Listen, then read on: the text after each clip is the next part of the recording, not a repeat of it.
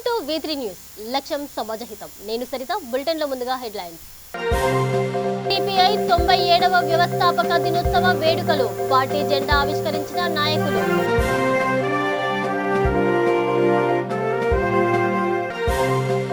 Bhupalpally MLA విలేకరుల సమావేశం. కేంద్ర ప్రభుత్వం తీరుపై ఆగ్రహం.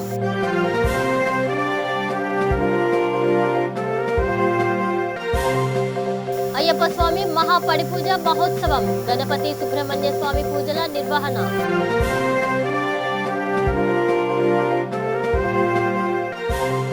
విశాఖలో ఏపీ లోకాయుక్త జస్టిస్ పర్యటన. లోకాయుక్తకు విశేష స్పందన వస్తుందని వివరణ. ఇక డీటెయిల్స్ చూస్తే నల్గొండ జిల్లా కొండమల్లేపల్లిలో భారత కమ్యూనిస్టు పార్టీ 97వ వ్యవస్థాపక దినోత్సవం నిర్వహించారు. పార్టీ జెండాను ఆవిష్కరించారు.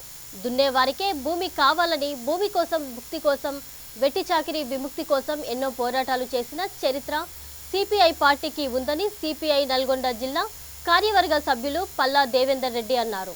తెలంగాణ రైతాంగ సాయుధ పోరాటంలో వేలాది మంది నేల కొరిగి లక్షలాది ఎకరాల భూమిని పేదలకు పంచిన చరిత్ర ఎర్ర జెండాది అని తెలిపారు.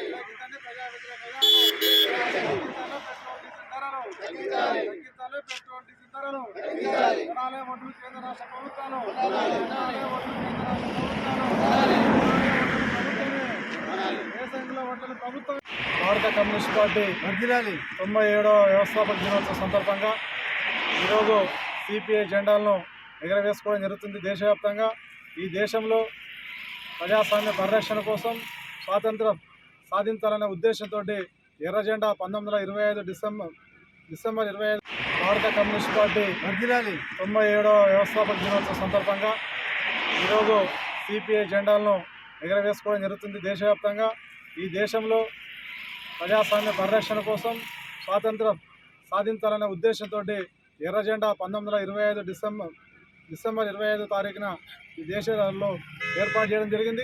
నాటి నుండి నేటి వరకు పేద ప్రజల పక్షాన, కార్మికుల పక్షాన, బడుగు బలహీన వర్గాల హక్కుల కోసం నిరంతరం రాజులేని పోరాటం నడుపుతుంది భారత కమ్యూనిస్ట్ పార్టీ. దున్నేవాడికి భూమి కావాలని చెప్పేసి ఈరోజు తెలంగాణ రైతాంగ సాయుధ పోరాటం నడిపి వేలాది మంది ప్రాణత్యాగం చేసి ఈరోజు భూమి లేని వాడికి భూములు ఇప్పించిన చరిత్ర ఈరోజు భారత కమ్యూనిస్ట్ పార్టీ దక్కింది. అలాంటి పోరాట వారసత్వం వల్ల భారత కమ్యూనిస్ట్ పార్టీ ఈరోజు పుట్టినరోజు సందర్భంగా దేశవ్యాప్తంగా జెండాలు ఎగరేస్తున్నాం. రాబోయే కాలంలో ఈ రాష్ట్ర ప్రభుత్వం, కేంద్ర ప్రభుత్వం అవలంబిస్తున్న ప్రజా, కార్మిక, విద్యార్థి, యువజన వ్యతిరేక విధానాలపైన సమరశీల పోరాటాలకు నాంది పలకాల్సిన అవసరం ఉంది. ఈరోజు దేశవ్యాప్తంగా రైతు చట్టాలకు వ్యతిరేకంగా పోరాడి రైతు చట్టాలను రద్దు చేసుకుంటే మళ్ళీ నిన్న కేంద్ర మంత్రి గారు రైతు చట్టాలను మళ్ళీ తీసుకొస్తామని చెప్పడం సిగ్గుచేటు.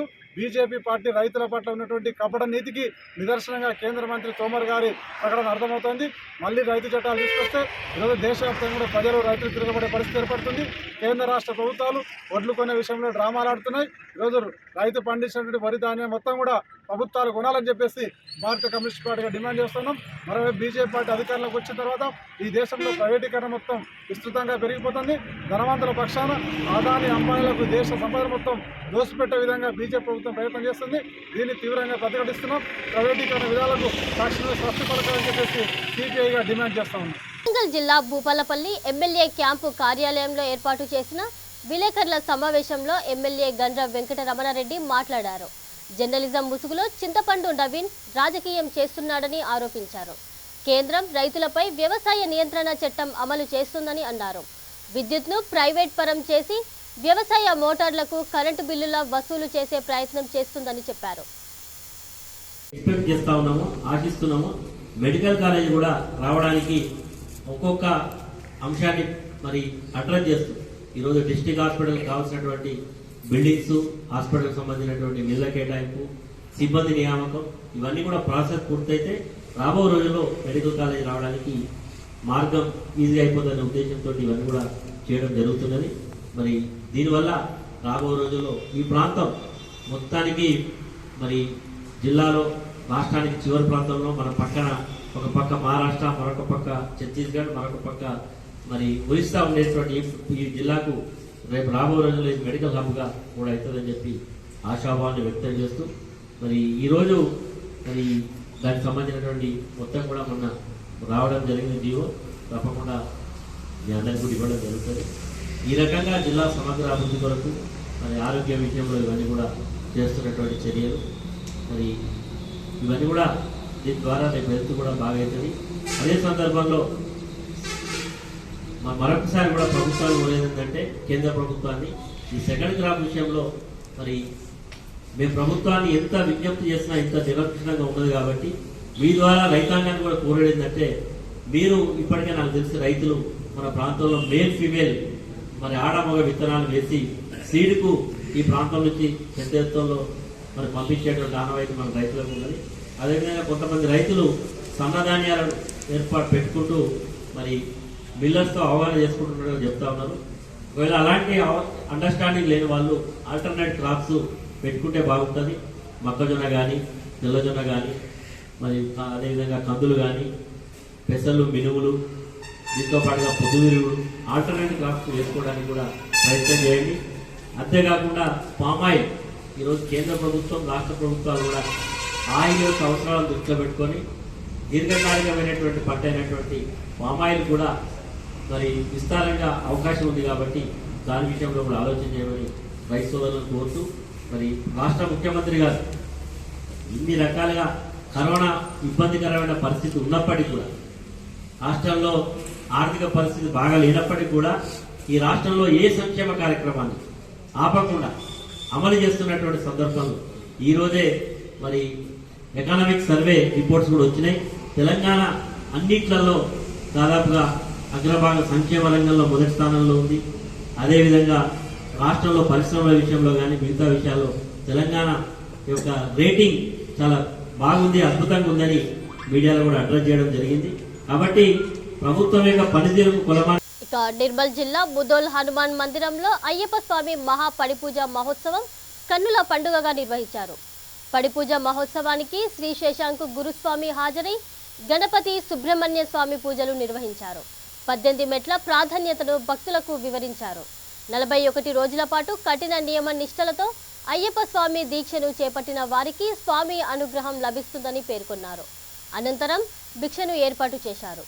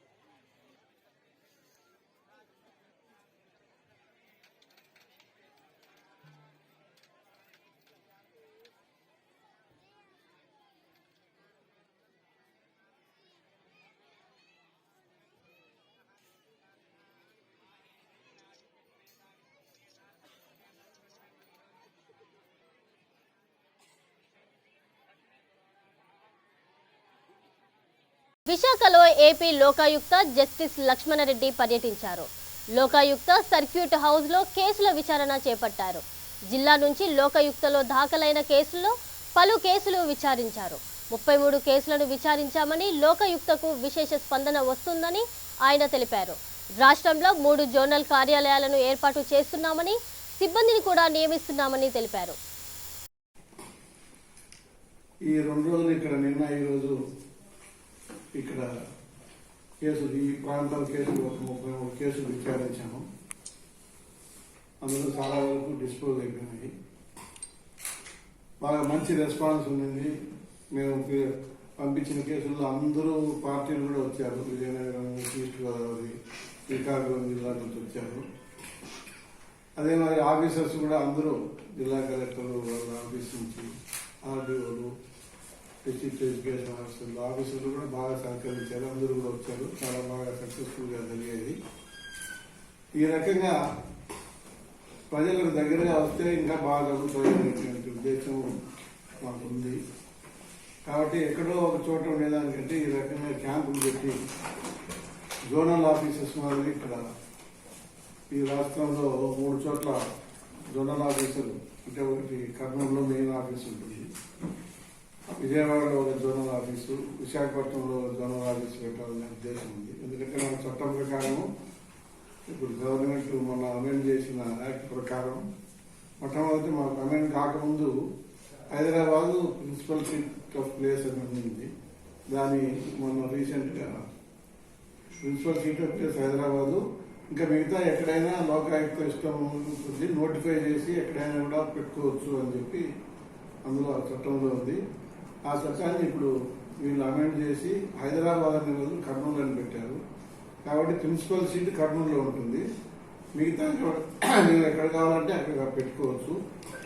కాబట్టి జోనల్గా పెట్టాలనుకున్నాము.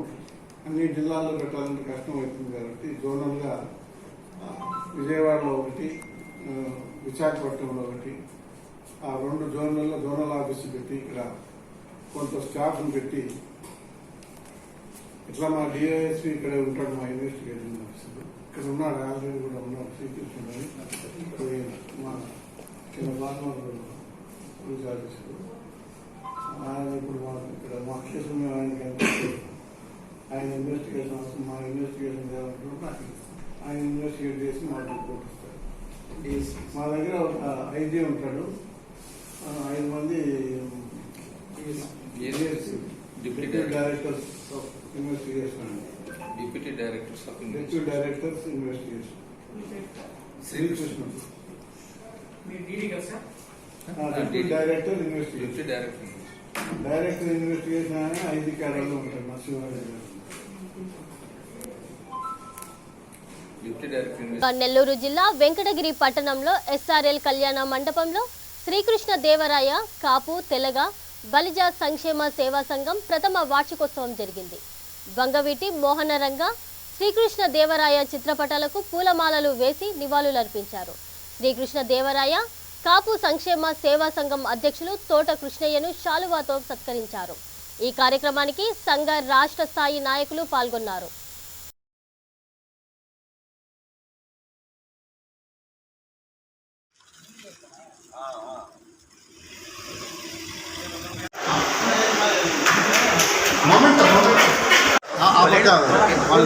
సాయి లోకేష్ గారు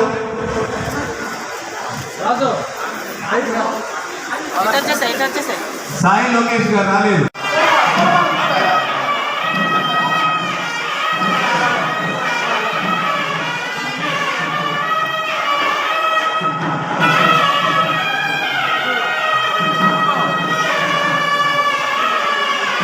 తదుపరి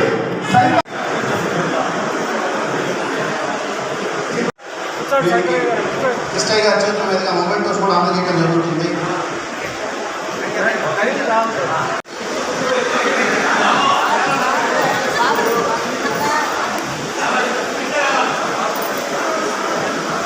చిత్తూరు జిల్లా అధ్యక్షులు వారి చేతుల మీదుగా తోట కృష్ణయ్య గారికి ఘన సన్మానం జరుగుతుంది. అందరూ కూడా ఒకసారి క్లాప్స్ తో గట్టిగా కూడా ఆయనకి గట్టిగా చెప్పండి. ఈ కార్యక్రమాన్ని ఇంత అద్భుతంగా ఆయన ఈ వయసులో కూడా ఏంటంటే 16 ఏళ్ల నిత్య యువకుడిలాగా కష్టపడి సక్సెస్ చేసినటువంటి దానికి ఆయనకు మనం ఎంత చేసినా కానీ తక్కువే అవుతుంది. సో ఇక్కడ నేను ఎవరో తెలియకపోదు. సాయి ప్రతాప్ గారు అనేసి రాజంపేట పార్లమెంట్కి 6 దఫాలుగా గెలిచి ఒకసారి కేంద్ర మంత్రులు కూడా సేవలు అందించారు. ఆయన అల్లుడి ప్రస్తుతం బీజేపీ పార్టీలో ఉన్నారు. ఏదో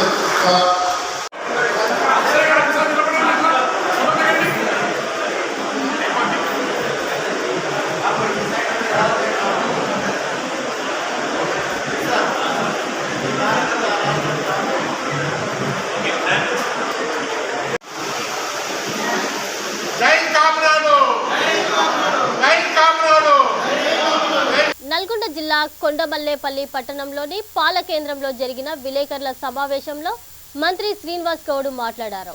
తెలంగాణ యువతకు ఉద్యోగాల కల్పనపై టీఆర్ఎస్ ప్రభుత్వం చిత్తశుద్ధితో పనిచేస్తుందని అన్నారు.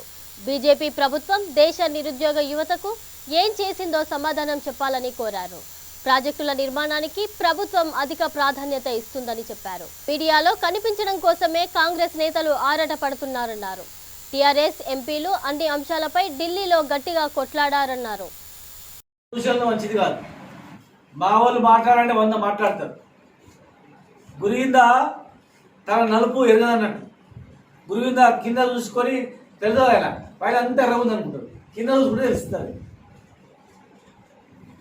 రాజకీయంగా ప్రజల మన్ననలు పొందడానికి ప్రజా ప్రయోజనాలపైన దృష్టి పెట్టి సంక్షేమ పథకాలపై దృష్టి పెట్టి ప్రజలకు మేలు చేసే దిశలో ఆలోచన చేస్తూ కేంద్రంలో కొత్త కొత్త ఉద్యోగాలు అనుకున్న ప్రకారం 2 కోట్ల ఉద్యోగాలు భర్తీ చేస్తూ ఇగో మేము భర్తీ చేసినాం, మీ రాష్ట్రాలు చూడండి, మేము పరిపాలించే రాష్ట్రాలు ఎంత బ్రహ్మాండంగా చేసినాం, మీరు పరిపాలించే రాష్ట్రం చేయలేదు కనుక మేము పరిపాలించే రాష్ట్రంలో నిరుద్యోగ సమస్య పోయింది, అభివృద్ధి చాలా బ్రహ్మాండంగా మంచిది కాదు.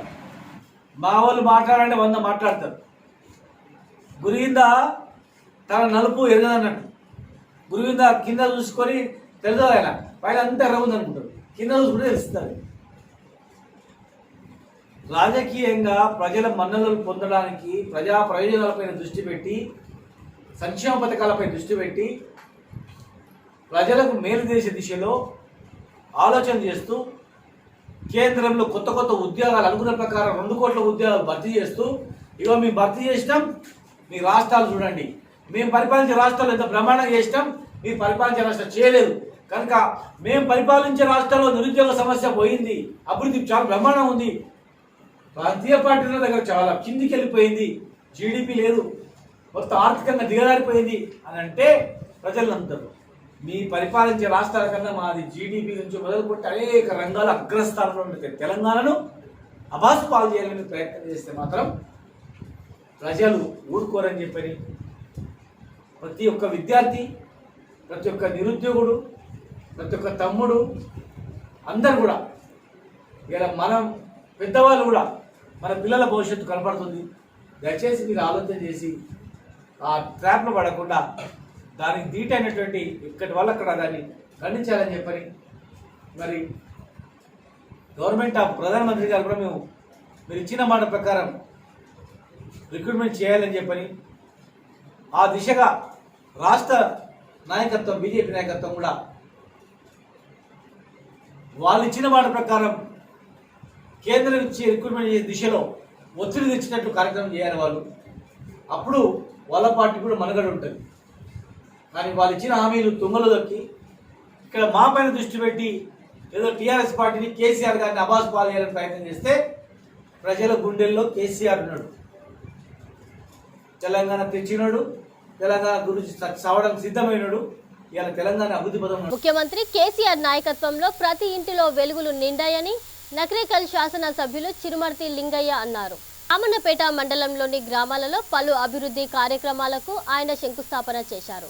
ఎన్నారం, కుంకుడుపాముల, బి తుర్కపల్లి, బాచుపుల గ్రామాలలో నూతనంగా నిర్మించిన వైకుంఠ ధామాలను, పల్లె ప్రకృతి వనాలను ఆయన ప్రారంభించారు.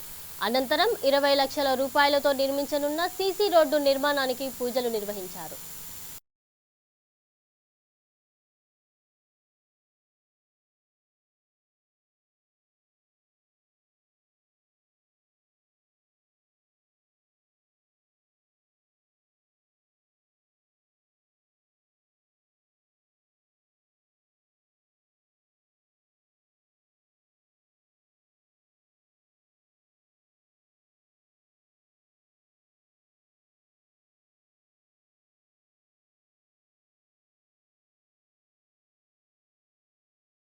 జై తెలంగాణ, జై తెలంగాణ, కేసీఆర్ గారి నాయకత్వం, కేసీఆర్ గారి నాయకత్వం, కేసీఆర్ గారి నాయకత్వం.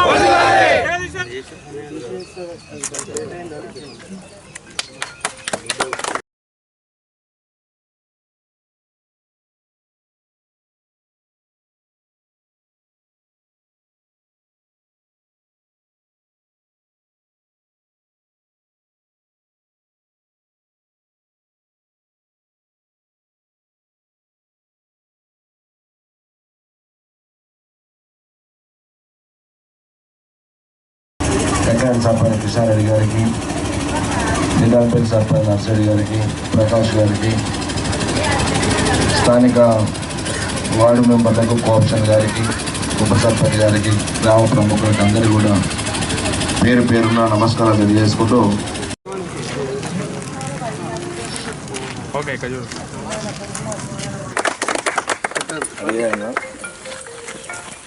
ఇంత 10 గంటలు ఉంటుంది కదా.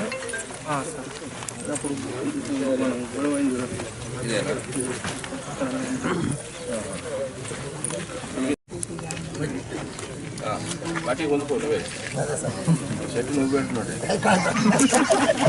ఆ బబ్బుల్లో నీళ్ళు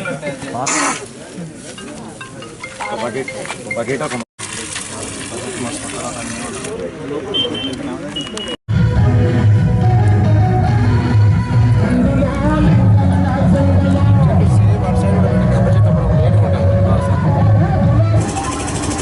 గ్రామానికి ఇచ్చిన సర్పంచ్ వెంకయ్య సర్పంచ్ కిషారెడ్డి గారికి, నిజాంపేట సర్పంచ్ నర్సరెడ్డి గారికి, ప్రకాష్ గారికి, స్థానిక వార్డు మెంబర్లకు, కోఆప్షన్ గారికి, ఉప సర్పంచ్ గారికి, గ్రామ ప్రముఖులకు అందరూ కూడా పేరు పేరున నమస్కారాలు తెలియజేసుకుంటూ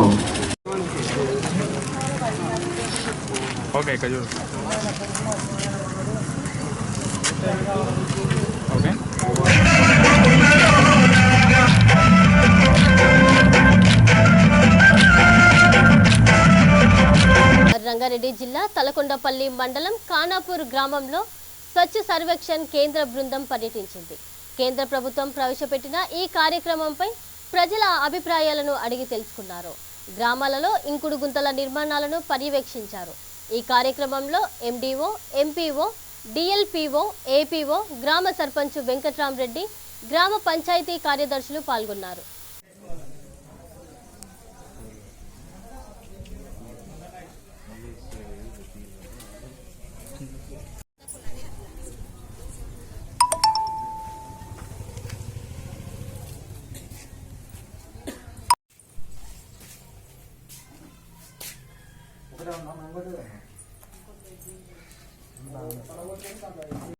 స్వచ్ఛ భారత్, స్వచ్ఛ భారత్. అంటే నీళ్ళలో తడిచిపోయారు పొడి చెత్త అంటే అంతేనా? గ్రామాల్లో మీ సర్పంచ్ కానీ మీ పంచాయత్ సెక్రటరీ కానీ ఇలాంటి అవేర్నెస్ జరుగుతుంది సార్, అంటే ప్రోగ్రామ్స్ చెప్తారు ఇలా ఇది ఇలా అని. ఇప్పుడు ఏం చదువుతున్నాము?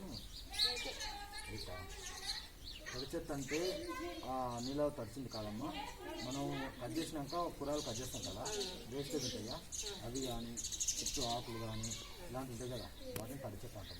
పొడి చెత్త అంటే మనకు ఇదేమి ఉంటాయి కదా, ప్లాస్టిక్ కవర్స్ డబ్బాలు, ప్లాస్టిక్ డబ్బాలు కానీ సీసాలు కానీ వీటిని అవసరం వస్తాయి. టాయిలెట్ ఉందమ్మా, బాత్రూమ్ ఉందా? వాడతారా వాటిని? ఒకసారి చూపించడమ్మా, మంచిగా క్లీన్ వాడతారా?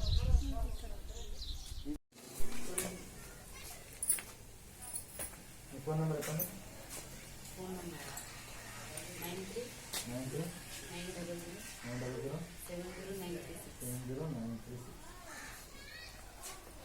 ఏం పని చేస్తుంటారమ్మా మీరు? మీ హస్బెండ్ ఏం చేస్తారు?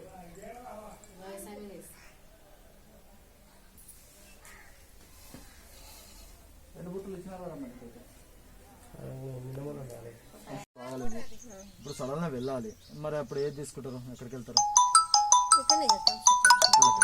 ఇక బులెటిన్ ముగించే ముందు మరొకసారి హెడ్లైన్స్. సిపిఐ 97వ వ్యవస్థాపక దినోత్సవ వేడుకలు, పార్టీ జెండా ఆవిష్కరించిన నాయకులు.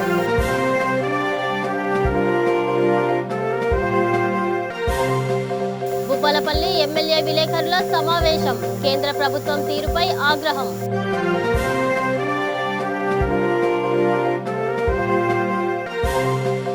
అయ్యప్ప స్వామి మహాపడిపూజ మహోత్సవం, గణపతి సుబ్రహ్మణ్య స్వామి పూజల నిర్వహణ.